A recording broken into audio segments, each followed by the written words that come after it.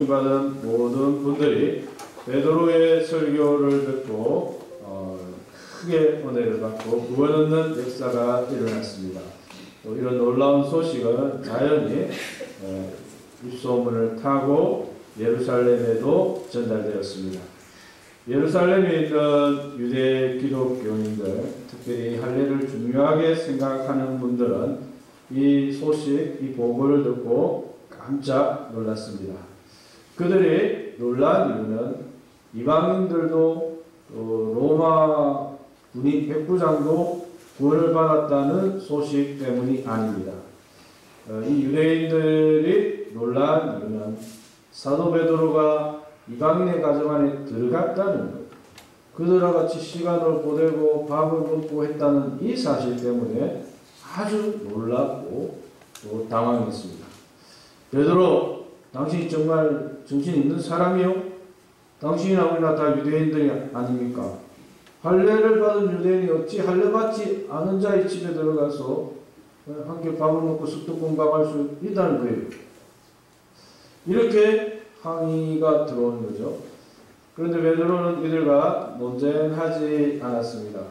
어떻게 고넬료와 인연을 맺게 되었는지, 어떻게 고넬료의 초청을 받게 되었는지, 또 초청을 받게 되었을 때 어떤 과정을 거쳐서 그가 결심하고 가게 되었는지, 고넬료의 집에서 누구를 만났고 어떤 일이 있었고, 또 말씀을 전함에 어떤 상황이 준비되었는지, 이런 것들을 굉장히 상세하게 설명을 해줍니다. 그래서 지금 10장하고 11장의 내용이 상당히 겹칩니다. 그래서 오늘 말씀도 재설명하는 이 부분에 초점을 맞추었습니다. 가이사라는 지중해 바닷가에 있는 로마의 주요 도시입니다. 유대 전체의 지역, 로마 사람들이 안전한 지역은 이 원로원들에게 맡깁니다. 그래서 원로원 지역이라고 그러고, 또 유대 지역처럼 이렇게 분쟁이 있는 지역, 좀 위험한 지역은 황제 직할령이라고 그러죠. 그래서 여기는 이제 로마 황제가 신임하는 그런 총독들을 보냅니다. 그래서 안전한 곳은 원로원들께서 가셔서 이렇게 국가에 봉사할 수 있는 그런 기회를 주고, 이렇게 유대 지역 소외가 일어나고 아주 위험한 지역은 황제 직할령에서 로마 총독, 황제가 측근들을 보냅니다. 이 가이사라는 이 로마 총독의 관사가 되는 그 중심 도시입니다.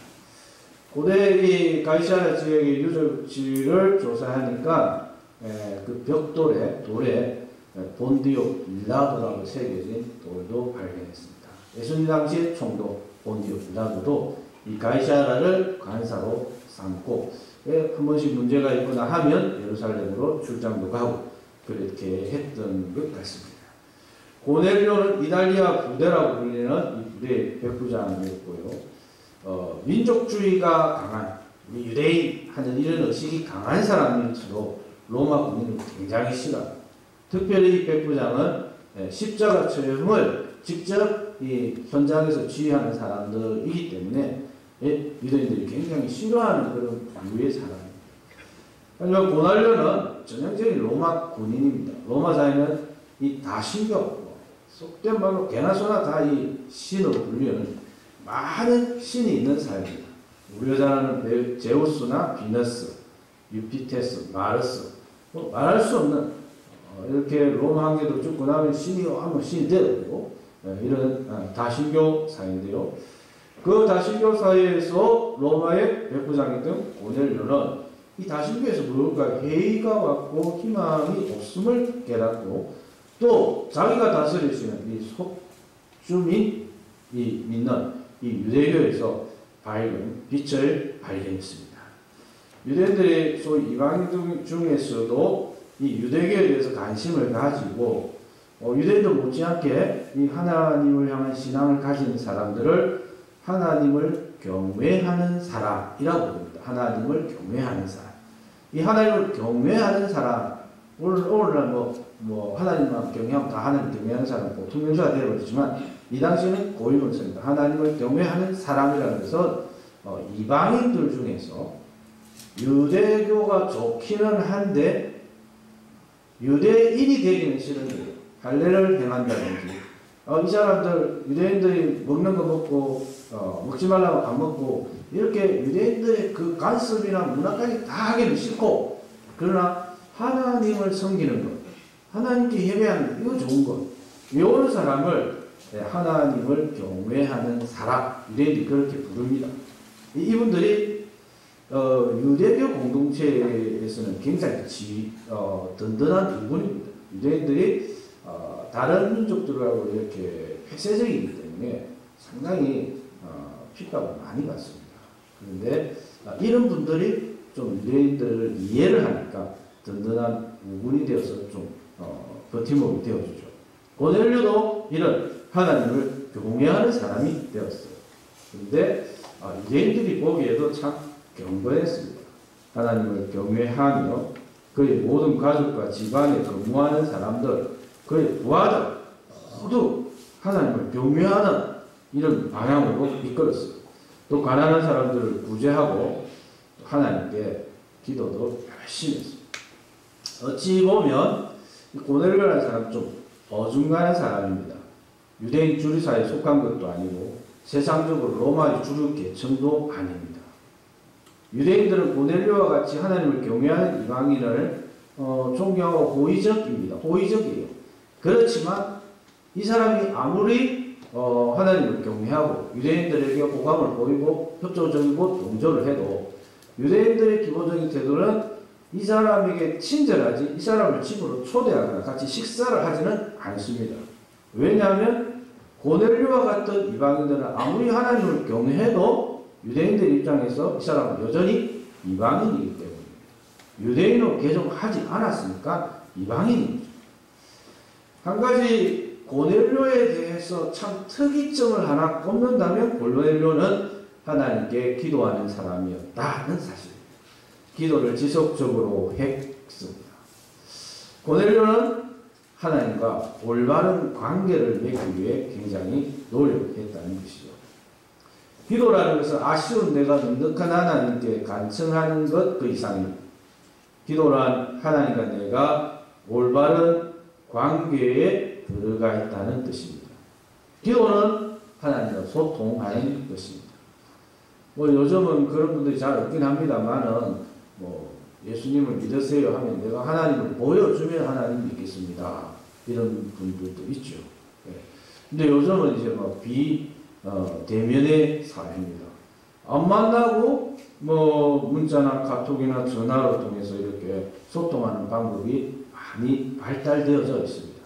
그래서 사람이 꼭 대면에서 사귀는 것만 아니고 비대면을 통해서도 소통하고 관계를 맺는다는 것을 우리가 이렇게 많이 삶의 현장에서 경험하고 있습니다. 하나님도 대면할 수는 없습니다. 하나님은 거룩한 분이시고 영이시고 우리가 하나님하고 대놓고 얼굴을 맞대고 이야기할 만큼 우리가 그만한 능력이 안 됩니다. 그러나 기도라든지 찬양이라든지 말씀을 통해서 우리가 하나님의 뜻을 알 수 있고 하나님께 아뢰 수 있고 하나님과 관계를 맺을 수 있는 줄로 믿습니다. 비대면의 시대에 고넬료와 같이 더 많이 기도하시면서 하나님과 돈독한 관계를 맺을 수 있기를 주님의 이름으로 축복합니다. 고넬료가 기도하던 그날 오후 3시경이 있습니다. 하루 중 오후 3시는 유대인들이 정통적으로 기도하던 시간인데 고넬료는 한 사람 중에 천사를 만납니다. 한 사람이 빛난 옷을 입고 고넬료 앞에 서 있었고 고넬료의 이름을 불렀습니다. 고넬료야. 고넬료는 하나님의 사자를 보고 두려워하며 대답했습니다. 주여 무슨 일입니까? 하나님의 사자를 보고 하나님의 영광 앞에 사람이 두려워하는 것이 정상입니다. 그런데 가인을 보십시오. 가인은 아벨의 제사만 받고 자신의 제사를 받지 않을 때 가인 옷이 분해했어요. 안색이 변화했어요. 하도 분해하고 안색이 변하니까 하나님이 나타나셔서 왜 그렇게 화를 내고 왜 그렇게 안색이 변해있냐? 라고 물으실 정도였어요. 가인이 아벨을 들판에서 돌로 죽였을 때 하나님이 나타나셨죠. 야야, 아벨이 어디 있니? 그렇게 물으실 때 가인은 오히려 하나님께 반문했습니다. 그런 것을 왜 나에게 묻습니까? 내가 내 아우를 지키는 사람입니까? 이 가인의 모습 속에서 하나님을 두려워하는 모습이 전혀 없습니다. 어쩌면 하나님을 두려워한다는 것은 하나님이 어떤 분인 걸 알기 때문에, 하나님과 올바른 관계를 맺고 있기 때문에 하나님 앞에서, 하나님의 영광 앞에서 두려워하는 것이죠. 그런 점에서 하나님의 사자가 나타났을 때 두려워했던 고넬료는 하나님과 올바른 관계를 맺고 있었고, 그렇기 때문에 또 오후 3시경 하나님께 기도하고 있었습니다. 하나님의 사자는 고넬료에게 한 사람을 소개합니다. 지금 사람들 요바에 보내어 베드로라 하는 시몬을 청하여. 그는 무두장, 가죽 세공 전문가입니다. 가죽 달인 시몬의 집에 유숙하니 그 집은 해변에 있다. 하나님의 사자는 이런 말씀을 하고 떠나갔고요. 고넬료는 즉시 2명의 종과 하나님을 경외하는 1명의 병사를 불러서 이 3사람을 보죠. 하나님의 사자를 만난 사건을 상세하게 설명해주고 요바로 보냈습니다. 이런 점들을 볼 때 고넬료의 믿음은 단순히 개인적으로 믿음이 좋습니다, 믿음이 큽니다, 믿음이 훌륭합니다 뿐만 아니라 이 믿음이 상당히 영향력이, 전파력이 있던 것 같아요. 코로나19 바이러스가 우리가 많이 걱정하는 이 전파력, 감염력인데요. 감염시키는 거. 옆에 사람한테 감염을 시켜버리잖아요. 베드로가 고넬료의 집에 도착했을 때 고넬료의 집에는 고넬료 친척들과 가까운 친구들이 와서 기다리고 있었습니다. 한 사람의 그 영향권 안에 있는 사람들, 친척, 친지, 가족, 가정에서 일하는 분들, 이런 걸 화목등거를 해서 권속이라고 합니다. 권속. 우리나라 말로는 참 표현하기가 애매합니다. 권속이 그나마 적당한 것 같아요. 권속. 고넬료의 집에는 이렇게 일하는 분들도 있고 친지들도 있고 또 그의 친구들, 이런 분들이 다 그곳에 모여 있었습니다. 베드로를 기다리고 있었어요. 그래서 고넬료 신앙에는 이 감염력, 전파력, 선한 영향력을 가지고 있다는 것을 볼 수가 있습니다. 우리가 이 초대교회 기둥 같은 분들을 꼽으라면 사도들이나 사도 바울 같은 분들 생각하기가 쉽습니다. 맞습니다. 완전 대표 간판, 대표 주자들이죠. 그렇지만 이 이방인 로마 백부장 고넬료도 오늘 이 본문들을 보면 그에 못지않은 초대교회 기둥이 아니었을까, 그런 생각이 듭니다. 사도들이나 바울은 풀타임 사역자이고 고넬료는 직업을 가진 평신도란 차이만 있을 뿐이지 복음의 전파력에 있어서는 그 집에 일하는 종들이나 또 부하들이나 또 그 친구들이나 친지들, 친구들 중에는 백부장들도 안 있었겠습니까? 그죠? 네. 이런 분들에게 그의 선한 복음의 영향력, 전파력을 드러낸다고 볼 때 사도들 같이 아주 기라술 같은 그런 기둥은 아니었더라도 대단히 획일점을 끊는 그런 초대교회의 지도자였다는 생각이 듭니다. 그 다음날 고넬료가 보낸 3사람은 열심히 요바를 향하고 있었고 오후 12시경 요바에 있는 가죽 세공사 시몬의 집에 다다랐습니다. 바로 그 시간에 베드로는 또 집에 옥상에 올라가서 기도하고 있더라는 것이죠. 기도하는 사람들끼리의 어떤 만남입니다. 베드로는 아침을 적게 먹었든지 아침을 금식을 했든지 하였던 이 시간에 배가 고팠고 무엇인가 먹고 싶었지만 음식이 아직 준비가 안 된 것 같고 밑에서 열심히 음식을 준비하는 것 같아서 참기로 하고 기도를 하고 있었죠. 그런 시기에 베드로는 환상을 본 겁니다. 요바와 가이사라는 한 50km 떨어져 있습니다. 요바에 있는 유대인 베드로와 가이사라에 있는 로마 백부장 이방인 고넬료가 어떻게 만날 수 있겠습니까? 서로 아는 사이가 아닙니다. 고넬료와 베드로는 하나님께 기도하였고 그 기도를 들으신 하나님은 두 사람의 만남을 주선하십니다. 베드로는 뼛속에서부터 유대인인데요. 이방인과 교제할 수 없는 그런 어떤 규례를 가지고 있는 사람인데 이 두 사람이 그럼에도 불구하고 만나기 위해서 하나님이 선행 작업을 하셨습니다. 3번에 걸쳐서 베드로야 일어나서 그 짐승들을 죽여서 먹으라. 베드로가 먹을 수 없는 짐승들을 보여주시면서 이 짐승들을 잡아서 먹으라는 것이죠. 주여 그럴 수 없습니다. 속되고 깨끗하지 아니한 것을 내가 결코 먹지 아니하였나이다. 아골골짝 빈들에도 가라고 하면 사명자는 가는 것이고 초대교회 대사도 예수님의 수제자 베드로가 먹으라면 먹어야 되는데 하나님의 명령에 못하겠습니다. 절대로 못합니다. 그렇게 말하고 있습니다. 바로 이런 시기에 베드로야 사람들이 너를 찾고 있다. 의심하지 말고 일어나서 내려가서 저 사람들과 함께 가라. 내가 너에게 저들을 보내었느니라. 사람들이 베드로를 찾는 소리가 들렸고 성령께서 말씀하셨고 베드로는 옥상에 내려가서 찾아온 사람들에게 자신을 소개합니다. 제가 바로 여러분들이 찾고 있는 시몬 베드로입니다. 도대체 무슨 일로 나를 찾고 있습니까? 베드로는 하나님이 만군의 여호와시오 전지전능하신 하나님이심을 믿습니다. 그런데 바로 그 하나님이 이방인들을 베드로에게 보낸다는 것은 새로운 경험입니다. 베드로를 찾아온 손님들은 베드로에게 고넬료의 환상을 이야기해 줍니다.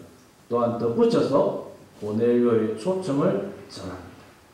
그러한 천사의 지시를 받아서 고넬료 백부장이 당신을 기다리고 있습니다.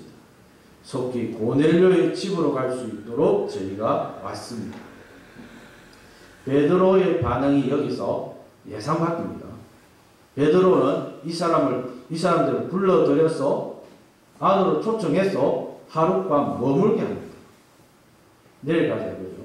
오늘은 출발하기 어렵니까? 그런데 이건 유대인들의 일반적인 모습이 아닙니다. 일반적으로 유대인들의 반응은 이럴 겁니다. 그러시군요. 잘 알겠습니다. 우선 먼 길 오시느라고 고생하셨는데 하룻밤을 보내고 내일 같이 출발을 합시다. 아침 일찍. 오시는 길로 조금만 가면 호텔이 하나 있습니다. 아주 저렴하면서도 이 도시에서 인기 있는 호텔입니다. 또 베드로의 이름을 대신 30% 할인까지 해주실 거예요. 그곳에서 하루를 푹 쉬시고 내일 출발합시다. 이곳에서 함께 머물면 좋은데 잘 알다시피 유대인들은 이방인과 함께 지낼 수가 없습니다. 친절하되 집안을 못 들리겠다는 거죠. 이게 유대인의 방식입니다. 그런데 베드로는 이렇게 대답을 하지 않았습니다. 느닷없이 집안으로 초청을 합니다. 더구나 이 집이 베드로 집도 아니고 베드로도 이 집에서 지금 나그네 생활인데요. 성령께서는 단순히 함께 가라, 의심하지 말고 이 사람들과 함께 가라 라고 말씀하신 것만 아니라 지혜와 계시의 영을 주시사 베드로로 하여금 어떤 깨달음을 주셨어요. 그 다음날 베드로는 다른 유대인들과 함께 가이사라로 출발합니다. 수백 년 전에 또 다른 유대인은 니느웨란 이방인들에게 가서 말씀을 전하라는 하나님의 명령을 불순종하고 요파에서 배를 타고 다시스로 갔습니다. 네, 오늘 베드로는 말씀을 들고 요파에서 가이사라로 갑니다. 어쩌면 교회는 요나 선지자와 베드로 사도 사이에서 오락가락하는 수도 있겠어요. 교회가 좀 더 베드로 쪽으로 나아갈 때 교회는 교회의 사명을 감당할 수 있습니다. 이제 베드로와 고넬료가 만났습니다. 고넬료는 베드로를 기다렸습니다. 고넬료는 베드로를 보자마자 무릎을 꿇고 절을 했습니다. 왜냐하면 비록 베드로를 알지 못하지만 하나님의 특별한 사람으로 생각했습니다. 베드로는 고넬료를 일으키고 고넬료의 잘못된 생각을 고쳐주었습니다. 베드로 자신도 단순한 사람이요 단지 하나님이 주신 말씀의 전달자일 뿐이라는 사실을 알려주었습니다. 베드로와 고넬료의 만남을 이 저자 누가는 베드로가 고넬료의 집 안으로 들어가다라는 표현을 2번 사용하고 있습니다. 거리낌 없이 이방인의 집 안으로 들어가는 베드로. 유대인의 관습과 전통으로는 엄격히 금지하고 있음에도 불구하고 고넬료의 집 안으로 기꺼이 들어감으로써 베드로는 전통에 대한 그의 생각이 바뀌었음을 보여주고 있습니다. 적어도 하나님이 보여주신 비전에 대한 환상에 대한 교훈을 깨달았다는 것이죠. 그런 점에서 고넬료 이야기는 고넬료와 고넬료 근속의 핵심뿐만 아니라 베드로의 어떤 내적 변화도 보여주고 있습니다.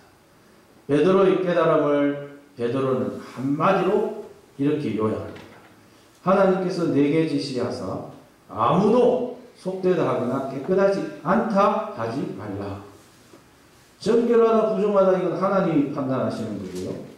사람이 사람을 향해서 부정하다고 할 수 없다는 거예요. 베드로가 본 환상은 음식에 관한 것이지만 그 교훈은 사람에 대한 교훈임을 베드로가 딱 깨달은 거예요. 그런 깨달음이 있었기 때문에 이방손님들을 초청해서 하룻밤 머물게 했고 요파에서 또 기꺼이 가이사라에 가서 이방인들에게 초청에 응했고 고넬료의 집 안으로도 들어왔습니다. 이제 고넬료는 왜 베드로를 초청했는지 저간의 사정을 들려줍니다. 고넬료는 집에서 금식하며 기도하는 중이었고 천사가 나타났고 고넬료의 기도와 구제를 하나님 기억하셨고 베드로를 초청하라 그런 말씀을 하셨습니다. 그러면서 고넬료는 아주 의미심장한 말을 합니다. 이제 우리 모두가 하나님께서 당신에게 명하신 말씀을 듣기 위해서 하나님 앞에 있습니다. 베드로는 하나님 외모로 사람을 판단하지 않으신다는 사실을 깨달았습니다.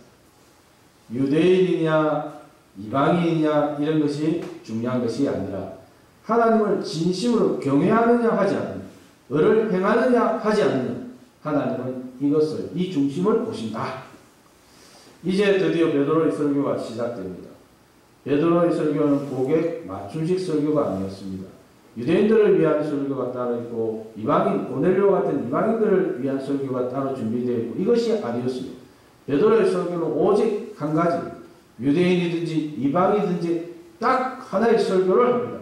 오직 우리 주 예수 그리스도에 대해서 베드로는 설교하였습니다. 예수님은 물과 성령으로 세례를 받으셨습니다. 예수님은 병자들을 고치시고 귀신들을 쫓아내셨습니다. 예수님은 수많은 이적들을 하나님의 능력으로 행하셨고 하나님은 예수님과 함께 하셨습니다. 그런 예수님은 죄가 없지만 십자가에 못 박혀 죽으셨습니다. 예수님은 죽은 지 3일 만에 다시 부활하셨고 베드로를 포함한 많은 사람들이 이 일의 목격자들입니다. 예수님은 베드로를 포함한 제자들에게 복음을 땅끝까지 전파할 것을 명령하셨습니다. 유대인이든지 이방인이든지 노예이든지 자유 시민이든지 누구든지 예수님을 믿기만 하면 제사함을 받게 될 것입니다. 베드로가 예수님에 관한 메시지를 한참 전파하고 있을 때 놀라운 일이 일어났습니다. 말씀을 듣는 고넬료와 그의 모든 친족들의 심령에 성령께서 힘있게 역사하셨습니다. 예수님을 믿는 믿음을 주셨고요. 방언이 터졌고요. 하나님을 찬양했습니다. 회심의 역사, 개종의 역사, 영접의 역사, 구원의 역사, 중생과 거듭남의 역사가 일어났습니다. 베드로와 함께 온 유대 기독교인들이 깜짝 놀랐습니다.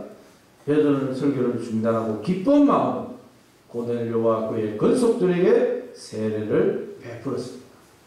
바로 이런 놀라운 사연을 베드로는 상세하게 자세하게 예루살렘에 있는 유대 기독 공동체 특히 할레파 왜 이방인들과 같이 시간을 보냈습니까? 항의하는 분들에게 자세하게 들려주었습니다.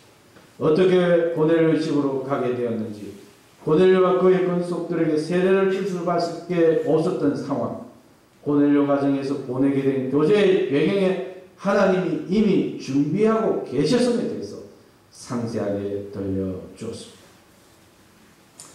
하나님의 전적인 역사를 베드로는 보고 했던 것입니다. 단편적으로 알고 있다가 고넬료의 회심뿐만 아니라 이방인에 대한 베드로의 내면의 변화까지 성령께서 어떻게 인도하셨는지에 대해서 알게 된 유대 기독교인들은 하나님을 찬양했습니다. 유대인들과 달리 할례를 받지 않고 유대교 율법을 지키지 않아도 그저 예수님을 믿기만 하면 성령을 받을 수 있음을 알게 되었습니다. 흔히 사도들을 예수님의 부활의 증인이라고 합니다. 예수님이 그리스도시요 하나님의 아들이심의 증인입니다. 우리는 그분들의 증언을 바탕으로 예수님을 믿는 것입니다. 오늘 예루살렘에서 증언했던 베드로와 가이사랴에 동행했던 6명의 유대인 기독교인들 또한 초대교회에서 큰 역할을 감당한 귀중한 증인들입니다. 이분들은 무엇을 증언하였습니까? 고넬료와 그의 건속이 구원을 얻는 배후에 하나님이 역사하셨음을 증언하고 있습니다. 구원의 배후에 하나님이 있음을 증언하고 있습니다. 구원의 배후에 하나님이 일하고 계심을 증언하고 있습니다. 유대인이든지 이방인이든지 한 생명을 구원 얻는데 하나님이 그 배후에서 일하고 계십니다. 사람의 노력으로 되지 않습니다. 가족들이 정말 전도하기가 힘듭니다. 왜냐하면 자꾸 강요를 하기 때문입니다. 남편이 아내에게 교회 좀 같이 갑시다. 다른 사람들이 같이 교회 가는 모습이 너무 보기 좋습니다. 한 번 정도 이야기하는 건 괜찮은데 자꾸 하면 가기 싫지만 한 번 정도는 갑니다. 근데 매주 가자고 하면 부담이 되는 거죠. 매번 그 소리를 하게 되면 교회 때문에 서로 마음이 고리십니다. 타지에 있는 자녀들에게 가끔 연락을 하고 연락이 오면 또 교회 이야기를 하죠. 교회를 가고 있니? 교회 가야지.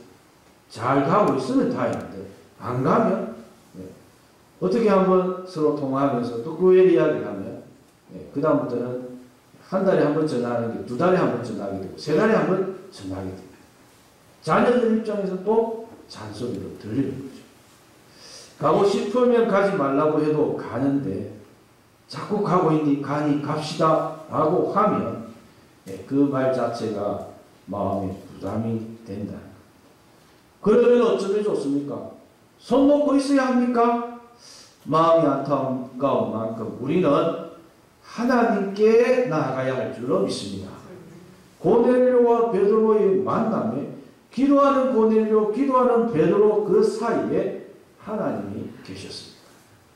베드로 사도가 복음 전파를 할 수 있도록 또 기도하고 수고한 분들이 주위에 있고 당장 요파의 가족장인 시몬은 자신의 집을 마음껏 오픈해서 베드로 사도를 섬겼습니다. 고넬료를 위해서 주변에서 기도한 분들도 있을 것입니다. 적어도 한 생명을 구원하는 우리 하나님은 그때나 지금이나 인색하지 않습니다. 한 생명을 구원하시는 초대교회 때나 지금이나 우리 하나님은 게으르지 않습니다. 우리는 더 많이 기도해야 될 줄로 믿습니다. 생명 얻는 회개가 집집마다 마을마다 도시마다 일어나게 해달라고 기도해야 합니다. 하나님께 간구해야 합니다. 고난의 초대교회에서도 복음은 힘차게 전진했습니다. 거기에는 생명 얻는 회개를 위해서 하나님과 사람이 함께 일했기 때문입니다. 하나님은 배후에서 사람은 하나님께 기도함으로써 지금도 여전히 하나님은 일하고 계신 줄로 믿습니다. 우리도 더 열심히 하나님의 이름을 부르며 생명 얻는 회개의 역사가 일어나게 될 줄로 믿습니다. 마을과 도시와 민족을 향해서 말씀이 흥황하고 생명 얻는 회개와 구원의 역사가 일어날 수 있도록 더 많이 부르짖고 기도할 수 있기를 주님의 이름으로 축복합니다. 우리 말씀을 기억하면서 찬송가 191